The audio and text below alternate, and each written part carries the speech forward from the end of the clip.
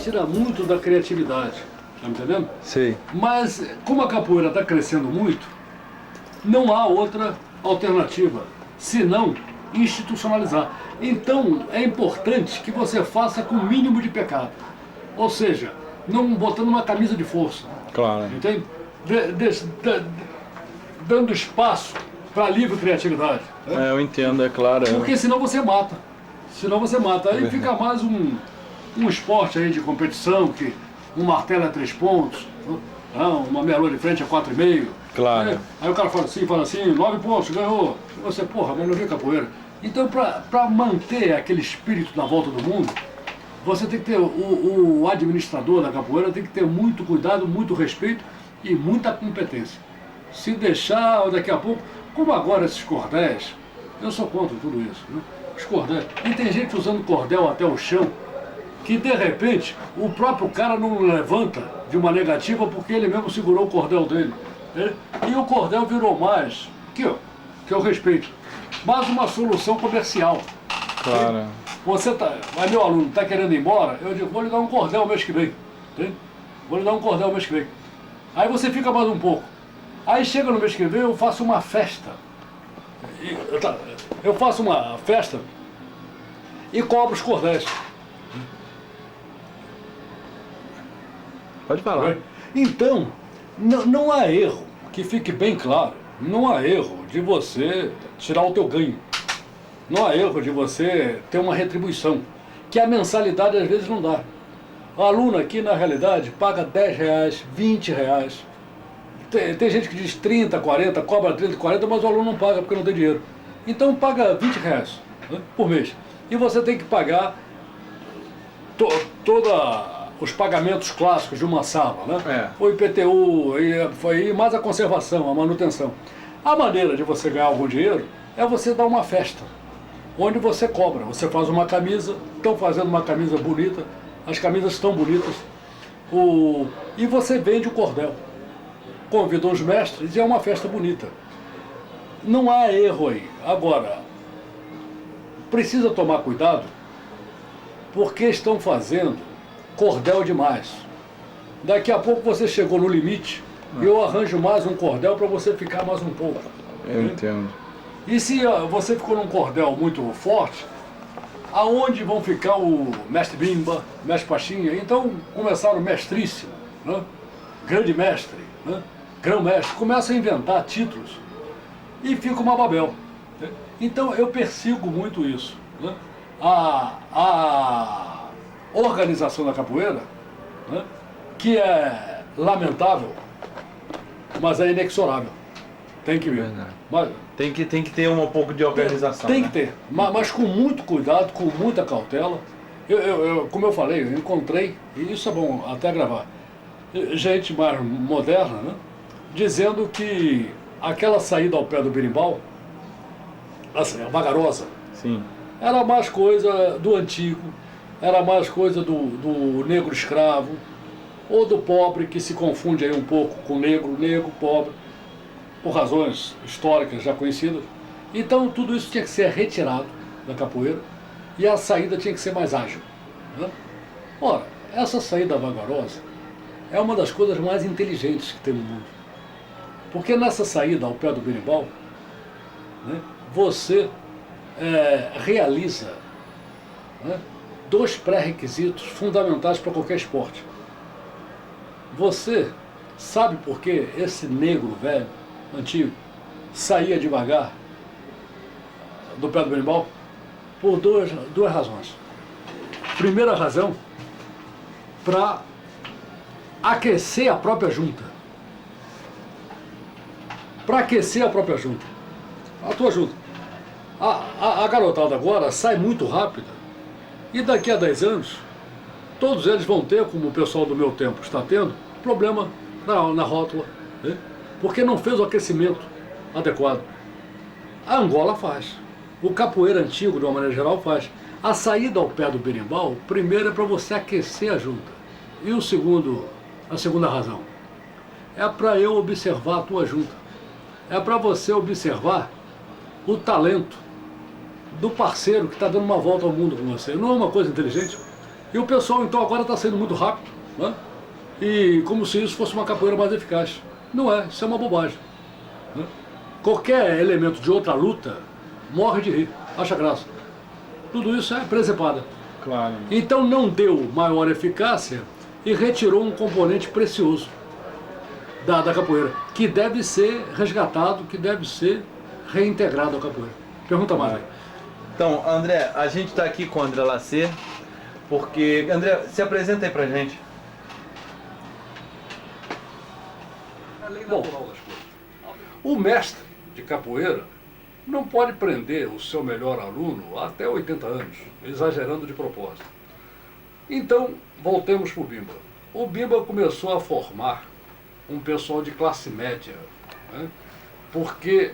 Porque a academia do Bimba era uma área de prostituição, para onde não deveria ir elementos de classe média, não ficaria bem. Né? E que agora é aquela área enfeitiçada, mágica do Pelourinho, muito valorizada com toda a razão. Mas foi descoberto, e como era um elemento carismático, era bom de briga, era bom de porrada, era bom de mulher, mulherengo e brigão, e bem-humorado, personalidade muito forte. A garotada, principalmente da Faculdade de Medicina, que na época era próximo, né? Isso aí tem até uma analogia com a Faculdade de Medicina aqui do Rio, e o Ciríaco, Macaco Velho, em 1908, os acadêmicos de medicina que provocaram a luta do Ciríaco com o japonês, que o Ciríaco ganhou. Voltando para o mestre Bimba. Essa turma de jovens, por serem jovens, embora da classe média, não tinham aquele preconceito típico da classe média. Mas foram sendo pressionados no sentido de dar um paladar mais aceitável daquela capoeira. Eu acho que a regional nasceu aí. Você viu a assinatura do mestre Bimba. Eu conheci o mestre Bimba. Eu conversei com o mestre Bimba.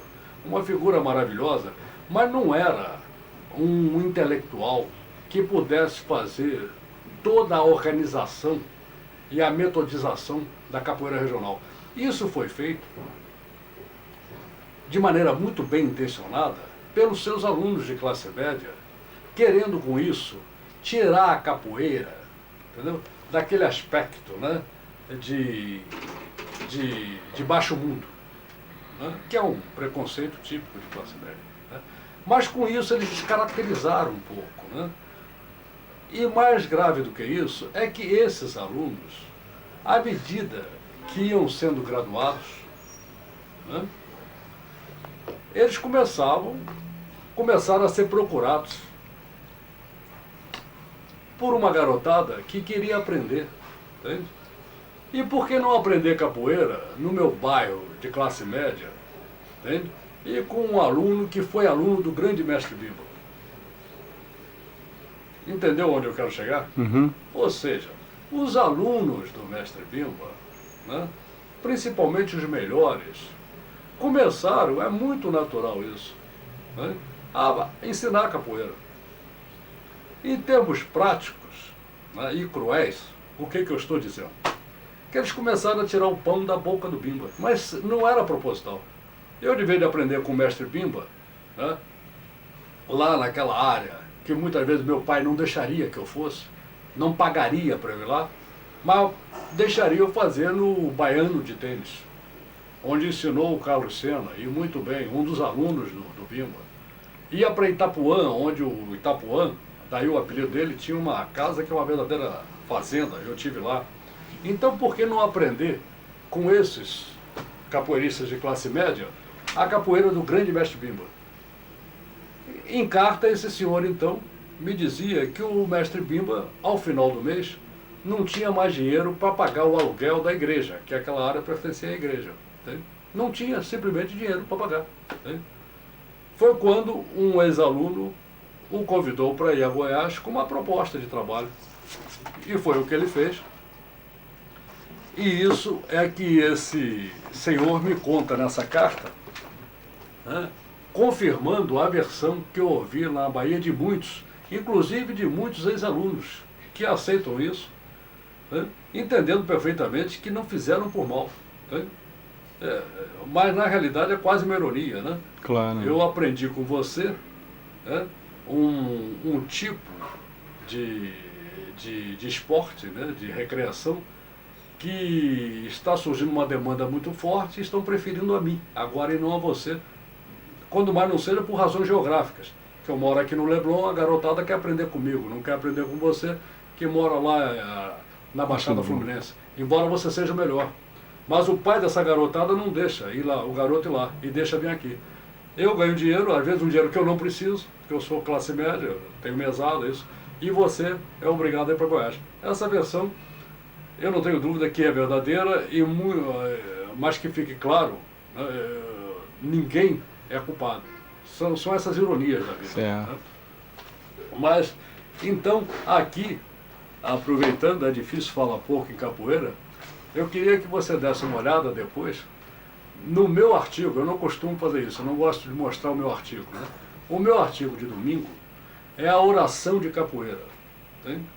Que era uma coisa que eu sabia que tinha guardado e só ontem, folheando, né, eu vi a importância. Foi escrita por Inesio Pena Marinho, que acompanha a capoeira praticamente, acompanhava, já falecido, né? Desde o começo do século.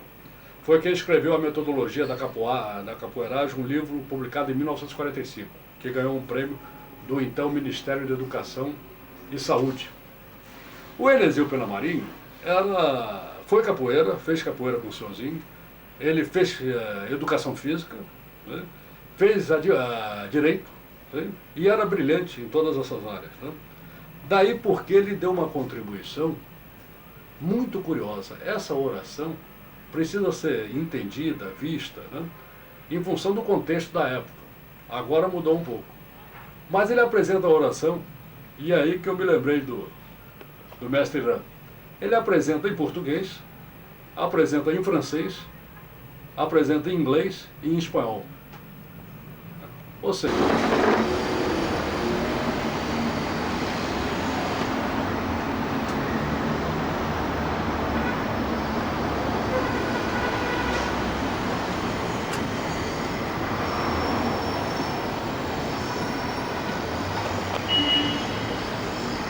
você estava me contando como diz, você estava me contando dos seus cursos, né? Você dava aquele diploma para o aluno que foi batizado. E tal. E depois disso, então, você deu por algum tempo mais curso, depois foi embora. Deixa eu... resumir, tá gravando. Fazer a homenagem a duas vítimas, né, que aguentaram ficar comigo mais tempo e que eram fantásticos, muito bons capoeiristas. Era o Sérgio Couto, que eu não sei por onde anda, mas era muito bom de futebol, de praia, boa figura humana e muito habilidoso. Desde que no primeiro dia de aula a gente percebe que se continuar mais algum tempo já fica um bom capoeirista. Então seria esse rapaz, que eu perdi de vista. E o outro é o Paulo Castro, que saiu para capoeira e agora é um compositor vitorioso de música popular brasileira, né? Paulinho Castro, Paulinho do Cavaco também. Esse jogou muito, muito bem, muito mais tempo, né, do que o Sérgio, tendo academia também na Vontade da Pátria, fazia uma capoeira muito boa, né? Só um minuto. Pode continuar. Agora, o que aconteceu? Eu estou falando de uns 30 anos atrás, né? Data assim eu não sei precisar, mas tem aí os artigos que eu tomo mais cuidado. Mas eles não se tornaram mestres porque foram numa gráfica e mandaram fazer um cartão de visita. Nem se tornaram mestres porque eu convidei pessoas para dizer que eles eram mestres, né? Eu simplesmente, um belo dia, eu falei assim, olha, o que eu sei de capoeira eu já passei para vocês. Eu sugiro agora que vocês corram outros mestres, né? Ou comecem a aprimorar a capoeira independente de qualquer outro mestre de capoeira, na base do aprimoramento pessoal, individual, independente. E o Sérgio andou ensinando capoeira algum tempo, né? E o Paulinho muito mais, com academia formada e etc. E praticamente terminou. Eu fui para os Estados Unidos estudar em Nova York, fiz o mestrado lá, mas mestrado em administração. Fiquei 2 anos lá, quando eu voltei, aí já não praticava capoeira, mas mesmo assim comecei a escrever e fui assessor no Brasil, né? Porque a capoeira naquela época estava subordinada à Confederação Brasileira de Pugilismo, era um departamento. Eu fui assessor desse departamento durante 1 ano ou 2. Né? Você administrou muito esse lado da capoeira, né? Belíssima pergunta. Eu falei lá ao general Eurico de Andrade Neves, uma bela figura, já falecida, né? Com aquela malcriação típica do jovem, né? Que eu estava entrando lá para tirar a capoeira lá de dentro. Que a capoeira não tinha nada que estar numa Confederação Brasileira de Pugilismo. E disse mais, e até hoje mantenho isso, que a capoeira não é para estar na confederação dos outros e talvez não seja o caso de ter uma própria confederação como desenhada na área do desporto. Porque capoeira é desporto também, mas é várias outras coisas. Então, à medida que se coloca uma camisa de força, que se coloca uma disciplina, um regulamento, a capoeira perderá muito da sua qualidade, muito do seu passado, muito da sua raiz, porque não há negócio. Qual é a solução? Buscar um tipo de organização mais livre, mais independente, mais próprio, com a cara da capoeira,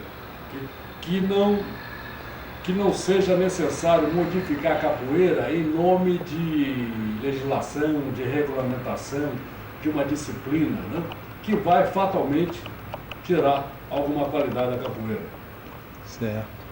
E André, como é que foi que começou essa sua loucura por guardar, arquivar, estudar, praticar a capoeira?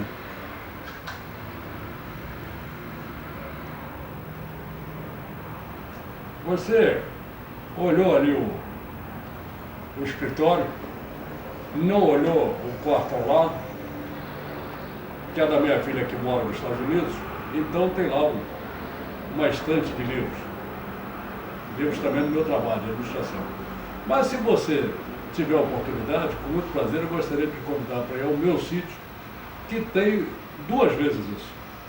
Então não é tanto, ou melhor, é uma soma do acervo da capoeira, que é muito rico, né?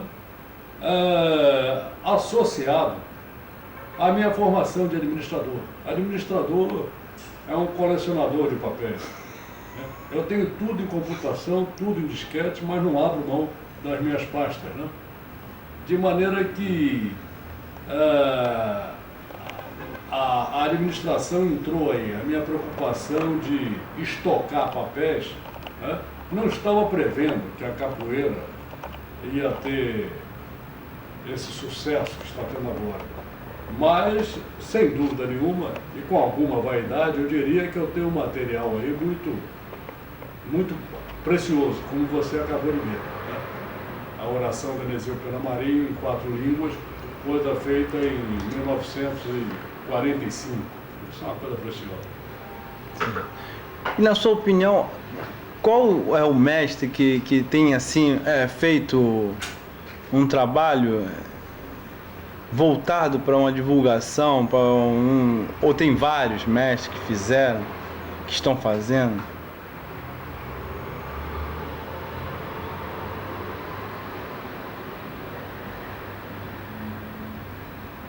Tem vários mestres.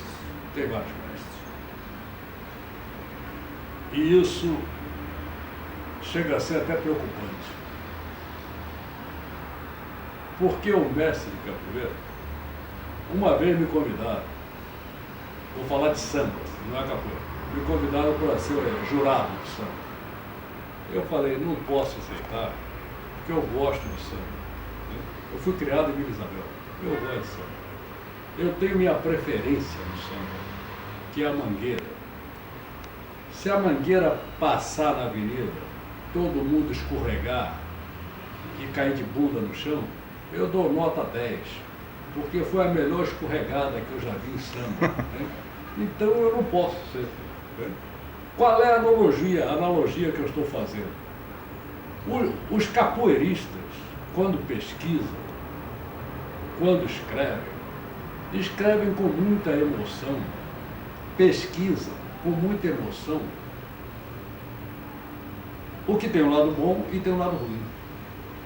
O lado ruim é que são tendenciosos. Certas coisas que eu leio não me interessam, eu até rasgo e jogo fora. Entende? Então, respondendo objetivamente a sua pergunta, todo mundo que me pede uma sugestão de leitura para capoeira, eu digo, esqueça o capoeirista, escritor. Vá no passado, vá no antropólogo, vai até no folclorista, que a palavra em si me parece um pouco preconceituosa. Mas tem folcloristas já falecidos, acima de qualquer suspeita, como Edson Carneiro, como Renato de Almeida, pessoas que têm que ser vistas. Né? Vá nas pinturas, nos quadros, que é um registro da época, né? Como Rugendas, como Debré. É aí que nós vamos, na literatura, em Machado de Assis nós vamos encontrar muita capoeira. Em Aloísio de Azevedo nós vamos encontrar muita capoeira. E de uma maneira jornalística, né? De escritores que dominam a pena, que veem o fenômeno capoeira e descrevem de uma maneira muito bonita, mas sem querer saber se era Angola, regional, se era preto, se era branco, se era bonito, se era feio. Então, esse depoimento eu acho muito precioso, porque os livros mais de agora, eu sinto uma certa tendência para essa ou para aquela parte, né? Então, precisa se ler com muito cuidado. Mas, afinal de contas, quem é que está fazendo um trabalho, ou que fez, ou que está divulgando uma capoeira? Você falou que tem muitos. Eu que cite pelo menos um, né? A gente para a gravação. Então, anote aí. Jair Moura. O Jair Moura, ele foi um dos melhores alunos do Bimba, ele foi um dos melhores jogadores que eu vi jogar capoeira. O que é jogar bem capoeira? É dominar os movimentos e, sobretudo, ter noção de tempo e espaço. Saber entrar e saber sair. Saber rodar. Né? Saber dar a volta do mundo. O Jair era muito bom. Até hoje ele, soube que ele está voltando a jogar, se bem que está com 60 anos, precisa devagar com a luz. Mas o Jair Moura, eu lhe dei hoje um artigo dele, excelente, sobre o Rio Antigo. O Jair, lá na Bahia, frequentava a roda de Angola quando o pessoal do Bimba achava isso uma heresia. Ele já ia lá. Entende? E aqui é um dos maiores pesquisadores também da capoeira do Rio. Ou seja, é um dos poucos que não tem assim o amor pela capoeira. Vou citando mais um, o Carlos Eugênio. Carlos Eugênio, meu particular amigo, que acabou de escrever um livro que foi premiado. Só que não é capoeirista ele é um pesquisador muito bom. O livro dele merece ser lido. Eu citaria mais um, com alguma dificuldade, né? Em função não do livro que escreveu, mas do livro que deverá sair a qualquer momento, né? Que é uma coletânea de artigos e uma reflexão muito, pelo menos original, sobre o processo de institucionalização da capoeira. Processo de institucionalização da capoeira. Um processo lamentável, mas inevitável. Um processo decorrente do próprio sucesso da capoeira, que está crescendo muito. Então precisa haver uma institucionalização. É meio contraditório, meio paradoxal. Precisa haver se estabelecer o mesmo universo de linguagem, com muito cuidado, para não prostituir a capoeira. Né? E cita aí para mim... Não dei o nome desse autor, nem vou dar, porque a modéstia me impede de dizer o seu nome.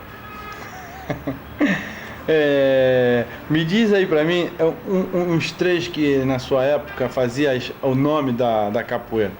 Quer dizer, eu já conheço, mas bom. A minha época é uma época muito rica, né?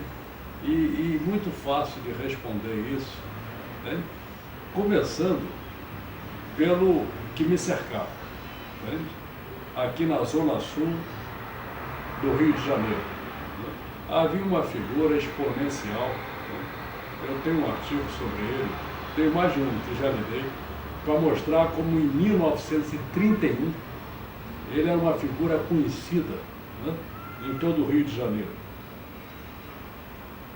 Agenor Sampaio, o Senhorzinho, né, o Senhorzinho de Ipanema. Ele ensinou a vários, ele foi professor de todo mundo, até porque ele era, em matéria de esporte, pluriapto. Ele treinava todo mundo procurava o Senhorzinho. Ele fazia campeão em todas as áreas, fazia campeões. Mas ele teve alguns alunos que se evidenciaram mais, né? Um deles, Rodolfo Armani, ainda tem uma academia aqui em Ipanema, fez várias lutas, fez uma luta de 1h e 20 e poucos minutos com o Vanair do Grace, né? Lutou com o Arthur Emídio, lutou com 2 alunos do Bimba, né? Ganhou todas elas. Rodolfo Armani. O Cirandinha Perna Grossa, outro grande aluno. E o meu mestre, que não se usava nem essa expressão, Neider Alves, já falecido, um grande capoeira. Bom, com o Neider, eu fui fazer uma exibição uma vez, demonstrando a capoeira do Rio, na Escola de Educação Física do Exército. Cheguei lá, tomei conhecimento de um outro grupo, né? O grupo do Arthur Emídio, do mestre Arthur Emídio. Esse eu diria a você, né? Eu já vi muita coisa de capoeira e muita coisa fascinante, né? No outro dia uma menina veio me entrevistar e perguntou por que eu estava voltando à capoeira. Eu falei, eu não estou voltando, ninguém sai da capoeira, ninguém entra na capoeira impunemente. Daqui a 300 anos, se eu estivesse vivo, estaria com a capoeira. Mas nessas andanças todas, eu diria que Arthur Emídio foi o melhor capoeirista que eu já vi jogar. O acordeon, quando estava muito bem, acordeon que estava nos Estados Unidos há algum tempo, ele veio ao Rio, correu com muito sucesso as academias todas, aonde ele esteve, ele foi muito considerado, impressionou muito, e com o Arthur Emídio ele tirou o chapéu. E teve a hombridade de voltar na Bahia e falar para o mestre Bimba, que isso era quase uma loucura, que veio aqui e encontrou um grande capoeirista, Arthur Emídio, aluno de Paizinho lá em Itabuna. Não acaba aí. Nessa época, eu já me metia em jornalismo, foi o meu primeiro trabalho numa rádio, como redator, e eu inventei um programa de capoeira. Eu tenho até, estou fazendo uma fita que você vai levar, né? Uma coisa histórica daquela época, tirando uma cópia para você lá. Tinha a campanha do folclore, o professor Edson Carneiro, que eu já citei, uma figura maravilhosa, inclusive em termos de posicionamento social. Ele foi ao meu programa, nós ficamos amigos relativos, ele era muito mais velho, eu era bem garoto, né? E eu tratei de convencê-lo, sem nenhum sucesso, de programar o Arthur Emídio. Eu já não pensava em programar a capoeira do Senhorzinho, que eu sabia que era completamente diferente. Não tinha berimbau, né? Não tinha pandeiro, não tinha gogô. A capoeira do Senhorzinho era completamente diferente. Então não faria sentido, em termos de folclore, sugerir uma demonstração do grupo do Senhorzinho. Mas o Arthur Emídio faria, porque era uma capoeira de berimbau, muito bonita, né? Muito eficaz, né? E o professor Edson Carneiro nem admitia falar no assunto. Por quê? Foi quando eu descobri, acabando de lhe responder, um terceiro segmento da capoeira daquela época. Estou falando de 40 anos atrás, aqui no Rio de Janeiro. Joel Lourenço do Espírito Santo. Era um grupo que trabalhava nas docas, tá? No Cais do Porto, e que fazia capoeira Angola. O Edson Carneiro, para onde ele ia, ele levava esse grupo. Ele escreveu sobre esse grupo. Esse grupo, até onde eu sei, ele já não existe mais. Mas era um grupo de baianos, né, que faziam capoeira de Angola e que moravam lá no subúrbio do Rio. Então, eram esses três, da antiguidade. Agora, mais recentemente, seria isso ou estamos saindo do roteiro? Não.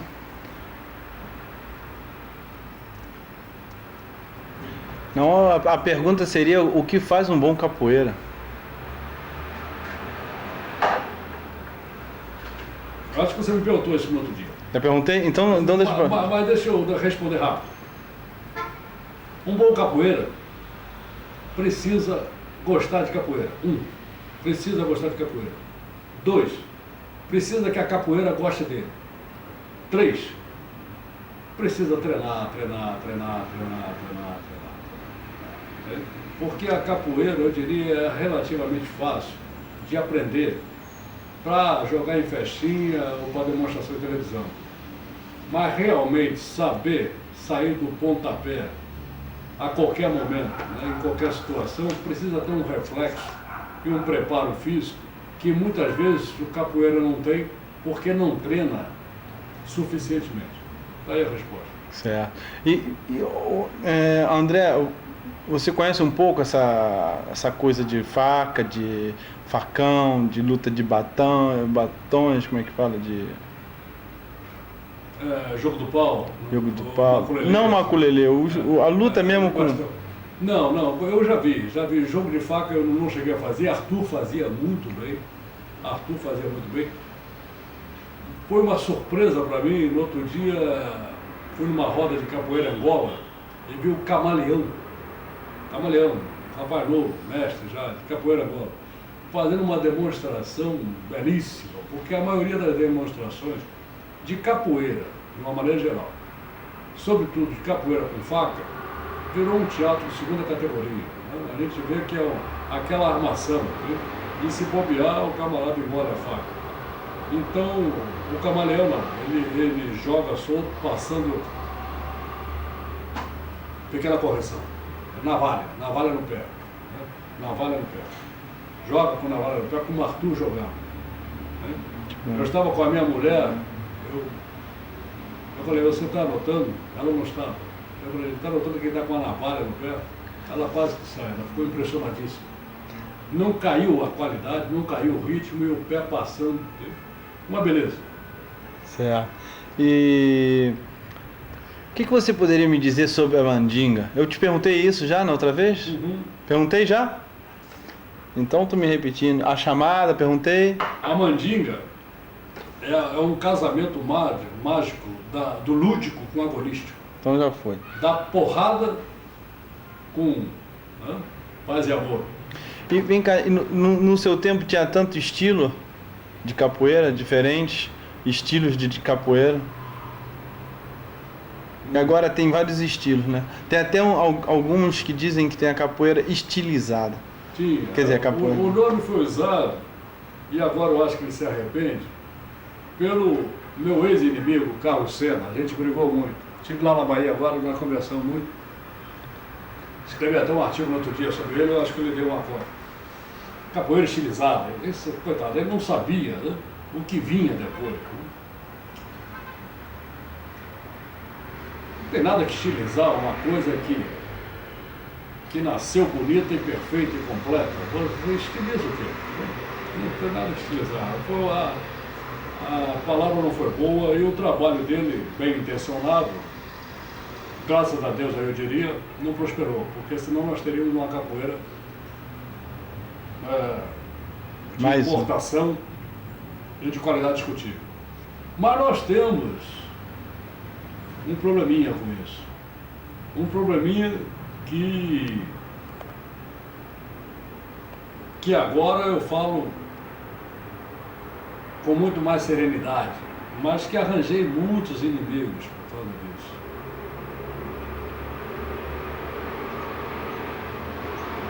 No esforço de tornar a capoeira do extraordinário mestre Bimba mais palatável, seus alunos de classe média, inconscientemente, aburguesaram um pouco a capoeira. Eu escrevi um trabalho que eu chamei de um embranquecimento da capoeira, que na realidade é o aburguesamento da capoeira. Colocaram golpes, sim, de fora, né? E fizeram uma ginga marcada, bonita, né? Mas que tirou muito da criatividade que existia até então. Mas eram alunos de classe, garotos de classe média, garotos bem alimentados, né? Garotos de boa apresentação, e que começaram a fazer sucesso com essa capoeira, né? No meu tempo, nas boates, tinham 2 criolinhos jogando capoeira, né? De repente comecei a encontrar colegas daqui, na faculdade, tudo, que faziam uma capoeira mais palatável para a classe média. Isso aí, eu diria que nada mais foi do que uma tentativa inconsciente, talvez até bem intencionada, de sofisticar a capoeira, de sofisticar o que não precisa ser sofisticado, de estilizar a capoeira. Então, naquele tempo, tirando a capoeira do senhorzinho e voltando ao Arthur Emílio de novo, era um grande espetáculo ver uma roda de capoeira. Cada um que entrava numa roda jogava uma capoeira completamente diferente dos demais. E tudo era capoeira. Tudo era capoeira. Agora ficou tudo excessivamente padronizado, excessivamente estilizado, sendo que em alguns momentos você é obrigado a constatar que o melhor golpe de capoeira, quando o jogo fica duro, que o melhor golpe de capoeira é um golpe mal dado de judô. É a tal da baiana que um tenta segurar o outro e sai embolando pelo chão e não chega a conclusão nenhuma. Qualquer lutador de jiu-jitsu vê aquilo, morre de rir, né? Que não se agarra e não sabe o que fazer. E se você é capoeira e a capoeira tem tantas alternativas, por que o seu melhor golpe passa a ser um de agarração? Então, isso é uma coisa que se precisa lutar, precisa tomar cuidado, e felizmente está havendo uma consciência crescente a respeito desse descaminho, e consequentemente começam a surgir as correções. E André, me fala aí um pouco da sua defesa numa reunião com o ministro João Lira Filho, defendendo a capoeira como esporte. Muito bom. Eu que agora digo que capoeira é esporte também, mas naquela época eu dizia. Precisa ver o que se fala em função do contexto em que a pergunta é feita. Foi um seminário, 63, será? Agora eu esqueci. Foi por aí. Muito tempo. Que estava o ministro Lira Filho, que escreveu a Sociologia do Esporte, tem um capítulo de capoeira. Estava Maria Lenk, nadadora, campeã, foi como figura de expressão do esporte. Mas estava o Edson Carneiro, estava o Rodolfo Hermani, estava o Decânio lá, convidaram o mestre Bimbo mandou o Decânio, médico. Né? Decânio foi aluno dele, né? Foi aluno dele. Está vivo ainda, está escrevendo inclusive sobre Angola, também. Estava o Lamartine Pereira da Costa, que agora é doutor em educação. Que escreveu o livro. Foi um dos primeiros a escrever o livro. 145 figuras de capoeira. Sem mestre, capoeira sem mestre. Usando quem? usando Arthur Emílio de Oliveira e Djalma Bandeira, falecido Djalma Bandeira, outro grande nome da capoeira, já falecido, já há uns 10 anos. Mas o seminário era para saber se a capoeira era folclore ou não. Né? Então foi contra isso que eu me rebelei e cheguei lá, soltei os bichos, né? Porque a colocação já estava errada, o seminário já estava comprometido pelo título. E saiu aquela reportagem que fizeram comigo, que muito contundente, né? Que o pessoal até me telefonou, dizendo, poxa, você bateu muito forte na entrevista. Eu falei, não, na entrevista eu falei exatamente o que eu falei na minha hora lá do seminário. Que a visão folclórica, né? Agora a gente sente o quanto precioso é olhar as pesquisas feitas por esses folcloristas do passado. Mas folclore atualmente encerra uma visão meio preconceituosa, né? Ou seja, o negro pulando é folclore,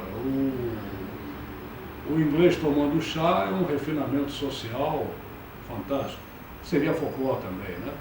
Então eu me recusei àquele tipo de rótulo, né? E dizendo que capoeira absolutamente não poderia ser vista como folclore, né? E então a alternativa era folclore ou esporte, né? Então seria um esporte. Agora um esporte muito especial, um esporte com características especialíssimas, né? Que está tomando conta do mundo, vai para a Olimpíada, né? Isso muita gente me cobra. Mas como vai para a Olimpíada? Vai ter que regulamentar? Não, a dança social, a dança casada e tal, está indo para a Olimpíada. E na dança, na Olimpíada, o cavaleiro não vai ter que dar um soco na dama para mostrar que é melhor. Ele vai ter que dançar, e vai ter critérios, né, para ver quem dança melhor. Né? A capoeira é uma dança, vai para a Olimpíada como dança. Né? Então vai ser verificado quem dança melhor à volta do mundo, quem sai com um parceiro, né, e dança melhor, sendo que essa dança de vez em quando decepa a cabeça. É aquela... Né? Exagerando um pouco, é aquela magia da capoeira, que é uma dança muito especial, é uma dança guerreira, né? É uma luta, é um esporte. Então, como tal, o esporte aí era em lacto sensu, não um esporte com camisa de força. É um esporte se contrapondo à alternativa que eles queriam apresentar de capoeira folclórica. Ô André, você pode contar uma história, um caso engraçado de preferência que aconteceu, que você conhece na vida da capoeira?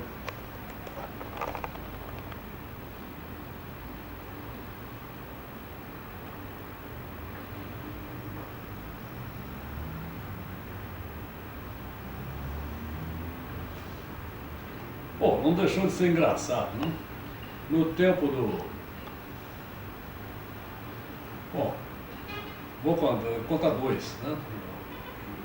Dentro da minha experiência, né?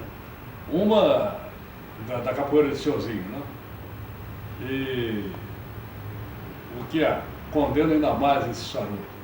Mas tinha bonde aqui, né?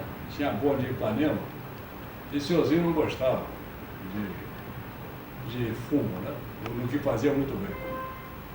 Então o Hermaninho, quando saía com ele, saía preocupado, porque o Senhorzinho encrencava às vezes com umas coisas. Né? Então ele entrou num bonde, não, tinha bonde realmente, mas isso foi num ônibus. Né? Ele entrou e tinha um camarada fumando no charuto. Né? E o Senhorzinho ficou em pé, vendo ele fumando charuto, o cara fumando charuto. Aí daqui a pouco o Senhorzinho falou assim, charuto bom, o cara fez assim com a cabeça.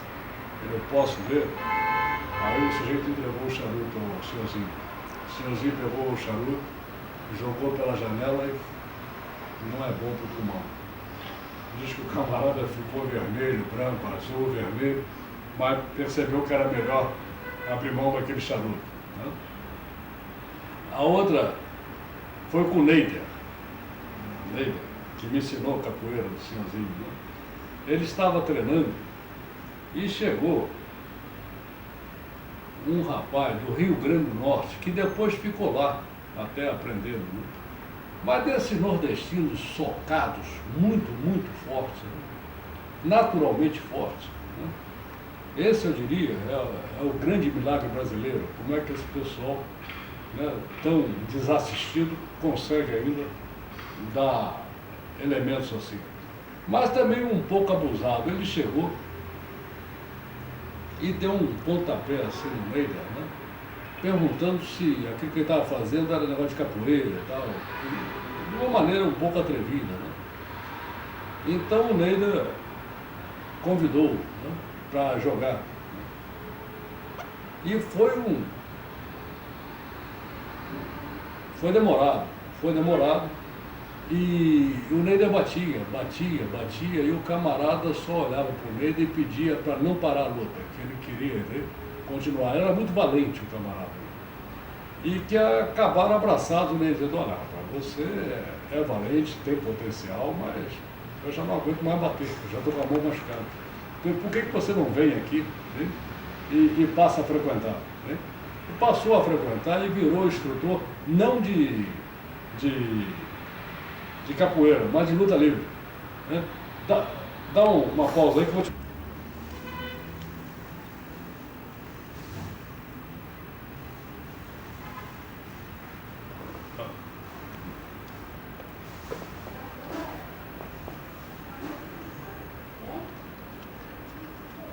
Esse era o prospecto do curso?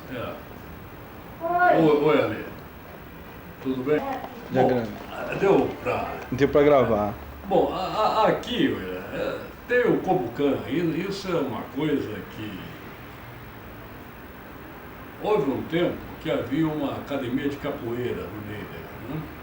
Mas a ideia evoluiu, era uma casa grande, para fazer uma casa de lutas, e acabou com esse nome. Eu aproveito para dizer que o quadro não mudou até hoje. A capoeira vive muito na casa dos outros. Hein? A capoeira está incluída. Um dos melhores trabalhos atualmente no Brasil, né, é aqui no Rio, no Camisa. E o Camisa está no CIEP. CIEP é uma escola pública. Né? Quer dizer, a qualquer momento, muda o governo, uma diretora chega e resolve não gostar da capoeira, você sai. Hein? Você não encontra uma academia de capoeira onde o mestre tem a sua chave. Abriu, como tem lá em Nova York, o João Grande, a chavinha dele. Né? Aqui tem um bogado lá em Niterói, mas a maioria está em clube, está em academia de balé, está em academia de karatê, né? E sempre numa situação um pouco subalterna e dificilmente dando dinheiro. E constantemente fechando. Você procura a academia e já não está mais ali. Entende? Então isso vai para justificar que não mudou muito desse tempo para agora, que era o Kobukan. Mas aqui você via o Ney, era o Neider, né? Que ele fazia luta livre também. Eu estou aqui na paz da capoeira, né? E eu pensei que estava o tal rapaz, mas que não está aqui, que é o cearense. O cearense que não estou, pensei que estava nessa forma. Mas você conheceu a academia lá do João Pequeno? Não, João Grande? Não só conheci, uma semana que vem estou indo lá visitar. Ah, que ótimo. Estou lá visitando, levando já uma encomenda para ele. E tem umas fotos eu jogando lá com ele. Só ele me faria jogar, porque realmente eu estou. E a gente não pode ter uma cópia de algumas fotos dessas? Pode sim. Seria claro, interessante. Claro. E como é que é essa academia dele lá? Conta aí pra gente conhecer, porque a gente ainda não pôde ir.